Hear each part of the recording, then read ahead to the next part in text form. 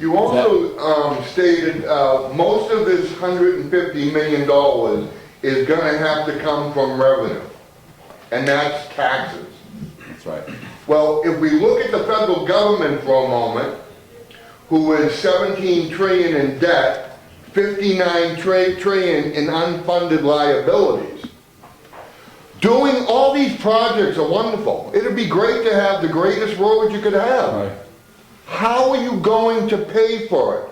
The federal government is going to default, and it could default as early as October 17th of this year. So now you're already borrowing money off anticipated funds that don't already exist. When the government defaults, we're going to be responsible. You're going to turn to us and say, now you owe it. You can't, this pie in the sky that you can have everything and there's an endless pot of money somewhere. The question is, how are you going to pay for this? There's no money. If my understanding, and I'm not a financial person, it's the banks that are at risk. We did not pledge the full faith and security of the state of New Hampshire behind those Garvey Bonds. Our Garvey Bonds pledged solely against future federal revenues. So if in a worst case scenario, and this is my layman's understanding, and it may be inaccurate, and if anybody else here has more information, please correct me. My sense is if in the worst case scenario the federal government goes bankrupt and defaults, it would be the lending institution, it would be the bank that is out, and not the taxpayers of the state of New Hampshire. Again, that's my layman's understanding. Would you be willing to put that in writing? Well, I put it on videotape here, and I'm giving you the best answer I can. So it's I wouldn't guarantee that that's right, but yeah. I'm going to make a statement just to address the issue, and I think you guys are very sensitive about it. But I think the reality is taxes. It's all taxes. It's revenue sources. We can make it different names. But we, as a country, have to come to grips with the facts of our responsibilities. That we want to take care of our elderly and the poor who don't have health care. That we have an infrastructure. We decided hundreds of years ago that as a group, as a town, as a state, as a country, we're going to develop an infrastructure that we can move people around. We're the greatest country in the world.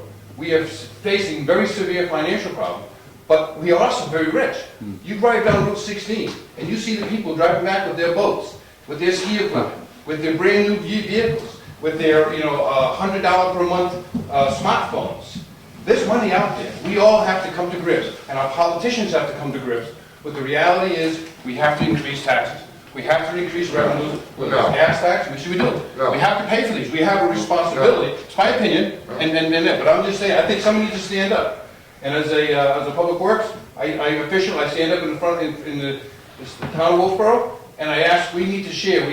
We had meetings with the commissioner and said we need to fix these roads. They say we don't have any money. But if you want to participate, and one of the comments was 7-year wait is for the bridge program.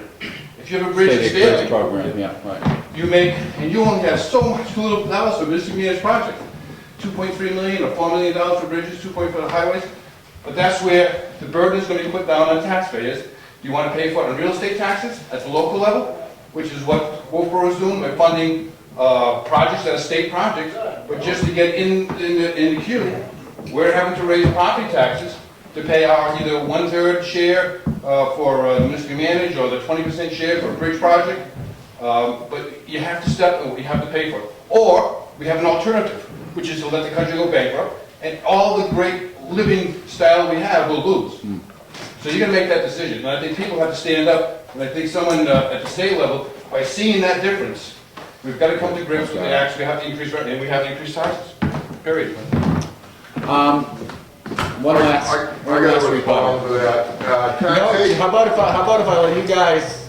I appreciate the point. This is getting a little bit further away from ideology and apart 10-year plan, but you guys are welcome to talk. I want to thank Gotta everybody. prioritize.